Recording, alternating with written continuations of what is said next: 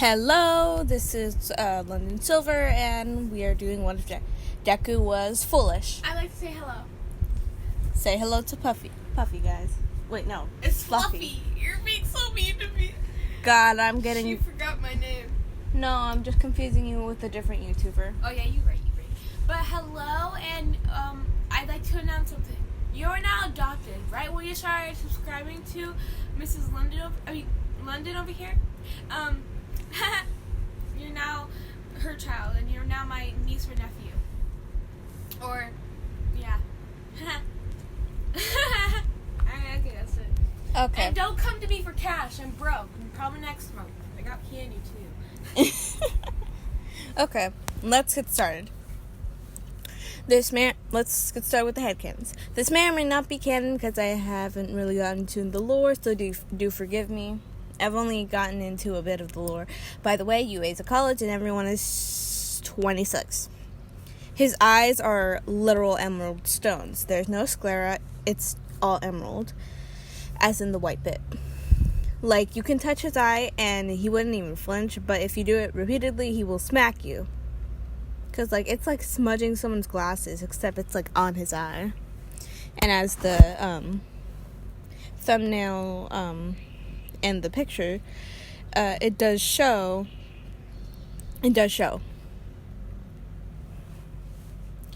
Okay. Let's go on to the next one. His skin is literal gold. It only makes his skin, like, a bit harder. But, it's not, like, he won't melt if he interacts with heat, you know? So, he will, like, drop, like, 1 if he's, like, in a fucking desert. But either that or nothing. You're not gonna get in nothing. I'm dying. Don't die. Wait, you have corona.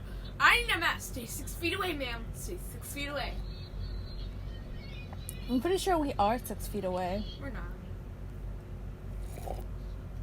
But I'm pretty sure I'm pretty tall. I'm kidding. I'm cheating with my bed. We're the same height. Yeah, but you seem taller than me. I kind of feel offended. Okay. Let's get started. Izuku is half Egyptian and embraces his Egyptian culture and dresses like it, but not too, like, he'll dress like this, but maybe a little less. 'Cause, like, yeah. Okay.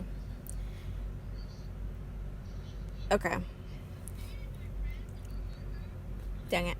Okay. Shoes, clothing, and on fleek eyeliner. He will have that on fleek eyeliner. I'm recording. What do you need? Close the door. I'll close it. Even though my legs feel like they're about to collapse. Yeah. Continue with your whatever you're doing. Oh shit. Okay. On fleek eyeliner. On some occasions, he will wear a sweater with gray and gold. Fuck. Gray and gold. And a hood shark. I think it's somewhere over here. Which is basically... It's this one. He'll look like this when I explain it later. Look at this. He's adorable. Okay. Let's go back. Okay. His absent father was Japanese, and Inko is half Egyptian and half Japanese, but more Egyptian. And he embraces his Egyptian side because of the absence of his father. He still likes Japanese culture, but embraces Egyptian more. Izuku has an obsession with gold, but he mostly has jewelry and can make gold, but it tires him out and makes him feel heavy and takes a while to get rid, and about a few weeks. He can make totems about dying, and they can either have a consciousness and have freedom of movement, or can be an unconscious item and no feelings and And the conscious ones can grow like a human being. Like,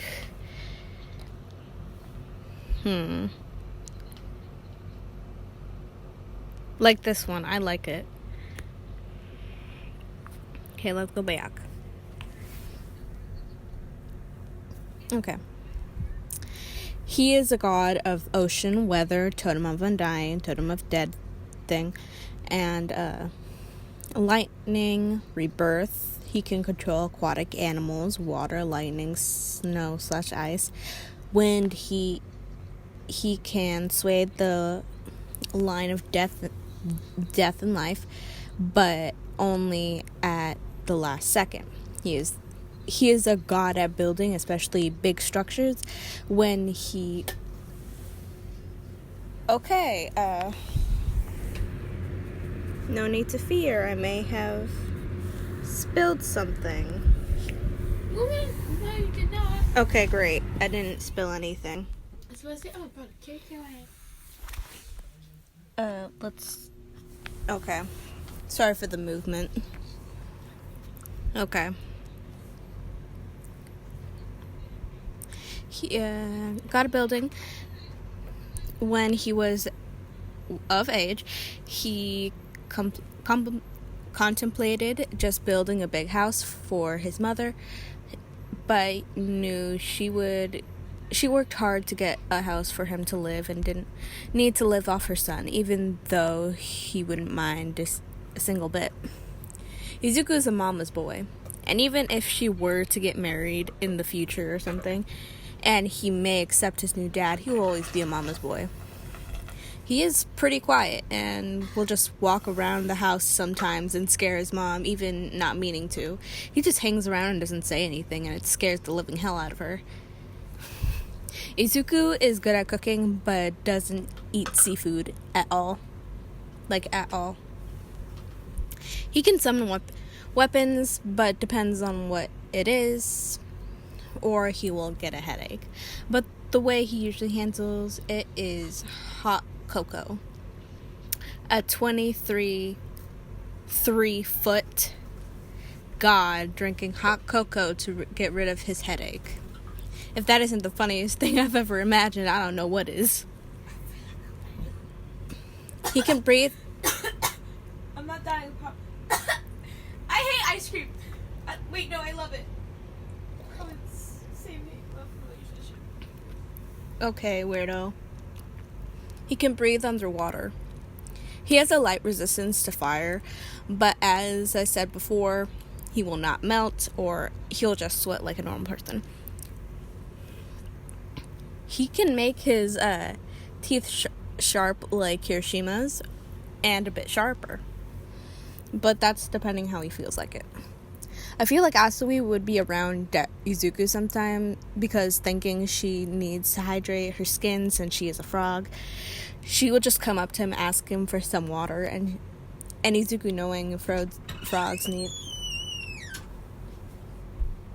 What do you need? Why do you keep coming in here? Leave us alone. I'm trying to enjoy my alone time. Leave me alone. Bro.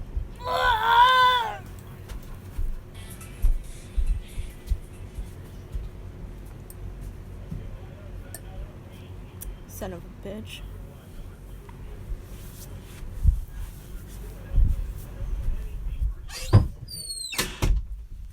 You know what? I'm not even gonna re-record this. I don't even care. God. Let's see. Frog comes up to him, makes water and sprays it in her face like the nice light shower of rain. He has a more human form. He is still can be 23 feet. He just doesn't have gold skin, but feels more comfortable in either. He has gold wings that can float over his head, which I got from this. I'm going to leave it on there for now. He got gold wings floating over his back and can shrink, being little trinkets, and float behind his shoulders, behind or above.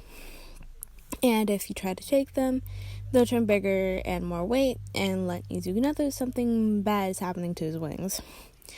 He has gold hair. He has gold hair in his gold form and curly brown hair in his human form, but his eyes are the same in both. Okay, let's get started. Not Izuku. Inko had a one-night stand, but was drunk and didn't know since she was alone when she woke up. When her parents found out, she was kicked out because she didn't want to abort it, and since she was only 17, she went to a hospital and the bill was given to her parents because they didn't do any legal work, that she wasn't their daughter anymore, so they had to pay. When Izuku was born, he was wonderful and rarely cried, and Inko, when she was pregnant, she had to stay with her parents since she was still a minor. She saved up money to get an apartment and got out of her parents' house since they were trying to convince her to abort it, and I quote, "You wouldn't be able to take care of it. You would put it in adoption anyway." End quote. She was furious by their claims and promised to herself she would move out right after he was born. Ingo at first didn't mind having a baby and actually was excited since she always wanted a child of her own and didn't think it would be so soon. When she was at the hospital, she turned 18, of course. It was after they paid for the hospital service. After she bought the house, she cut off all connections with her parents and left. Izuku, growing up, didn't talk about his grandparents, since when she would get angry, an angry expression, and told him not to worry about it, so he dropped the topic. Give me a second, my fan. It's hot in here. Okay, he is 14. Izuku is now going... Wait.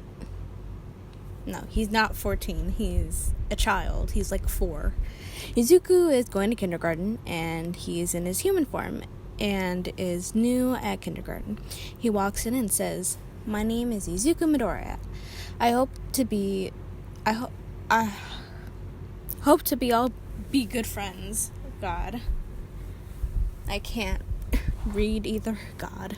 He smiles and walks to the desk, and when recess comes around, he stays inside and writes an Egyptian, which is drawings, and some spiky-haired kid comes up to him and says, next page,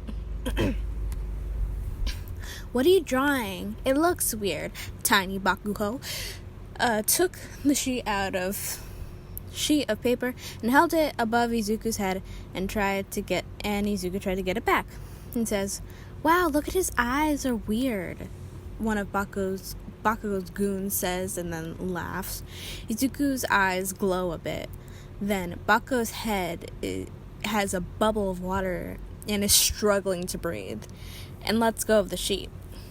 Izuku grabs it while the goons are trying to help him get out. Izuku then says, "Sorry," in a cold tone, and walks out the classroom with his plush and sheet and goes to a different classroom and stayed there. He let the water go and dropped on Bakugo's, making his clothes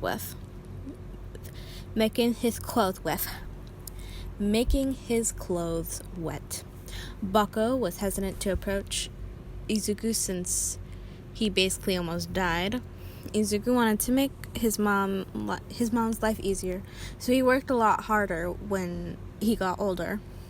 Izuku, at 13, got a job online and got a construction job because it paid well, and he was interested in the process and the feeling of finishing something you worked so hard and so long for. He would pay the water bill and electric bill and use his work to lessen the amount of usage without her noticing. He was seeing her get better and having fewer problems of her health. Izuku's POV, age 14. I walked into a new high school. It was my first year, a freshman. And I was in a hoodie, which was honestly more comfortable than my Egyptian clothes that I usually wear. I had a gray and gold hoodie, which was a shark. And golden headpiece, but covering it mostly. Like in the picture. Okay.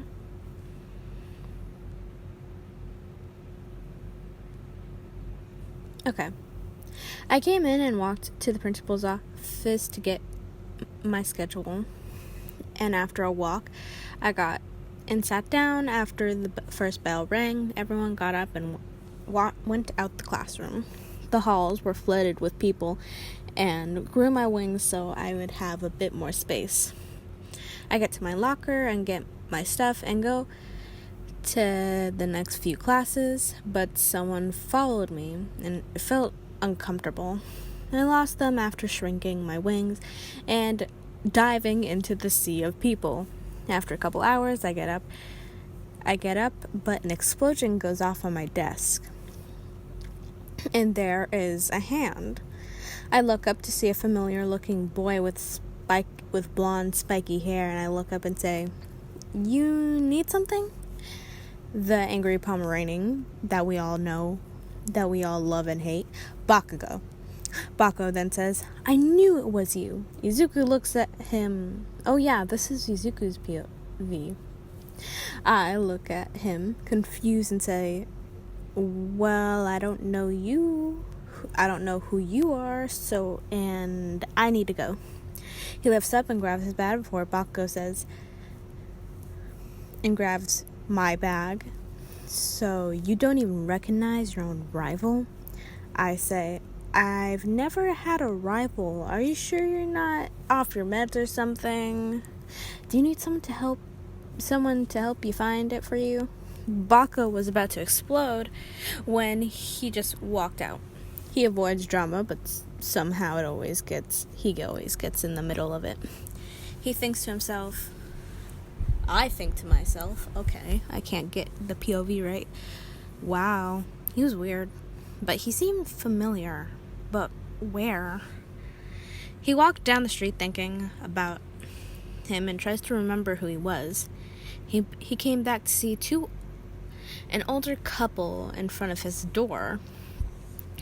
I say, "Do I know you?" The woman turns to me and she says, "Oh dear, do you live here?" Izuku looked uncomfortable and says, I feel uncomfortable and say, I took out my phone and called my mom. I say on the phone, "Do you know the people in the front of the door?" I hear shuffling on the other end and the door opens. My mom then comes out and say, "What are you doing here?" Ingo then grabs me. Not Ingo, sorry.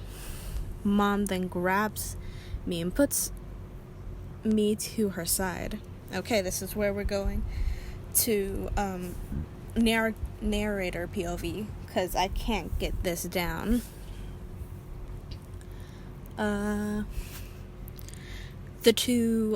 The couple then said, "Inko, it's been so long. Why did you run away?" Inko says, "You know exactly why," in an enraged tone, and holds Izuku to her side. And the couple, who is her parents, "We forgive you, so come back. And since you already got rid of the child, so come back." Inko looks disgusted and say, "I didn't get rid of my child. He's standing right here." Inko points to Izuku, who is kind of concerned about the getting rid part, but lets her continue to see if there's any explanation in between her yelling. She yells, "I would never get rid of my own child, and never come near me again." Inko then slams the door and looks at Izuku and says, "I think you should know what happened before your birth." Izuku looked confused, and Inko sat him down to talk with him. Okay, this is part 1 of what if Deku was foolish? It may be a little bit short, but yeah. Also, I'm doing a new what if. Yes, I'm doing a new what if, and yeah, I know I'm a hypocrite. Yes, what if Deku was in the MCYT AU? So basically, all the MCYT are SCPs or are researchers in the SCP Foundation. I'm already on almost on page 3, so yeah. And I'm so excited to give you the second part of this. I'll probably record after this, so. But wait, I don't think I'm actually done with it though. Yeah, I'm not done with it, so I can't really post it yet. So, yeah. So, if you have any ideas, if one Pacific character should be an SCP or another Pacific character should be a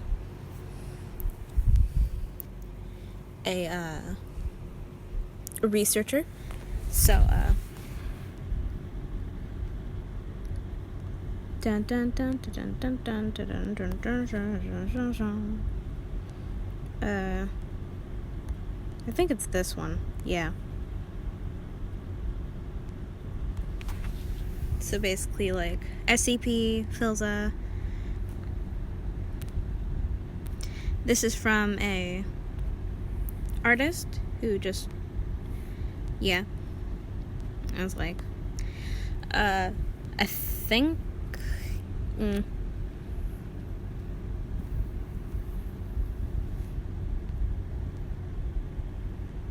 Oh, sorry, I've been way too quiet. I need to continue, or y'all just, Okay. Let's continue. Also, I'm still thinking about what if Deku was at the Dream SMP, so, do comment on that. And what if Deku was Philza? Yeah, that's getting worked on, but I haven't done that much, so sorry. But I will try to work on it, but I've been more focused on other what ifs, because I am a gremlin and don't know how to keep one thing in line and not do another thing. So yeah. Good day, good night, good evening, or whatever the hell, where you are in this world, and have a good anything, and goodbye.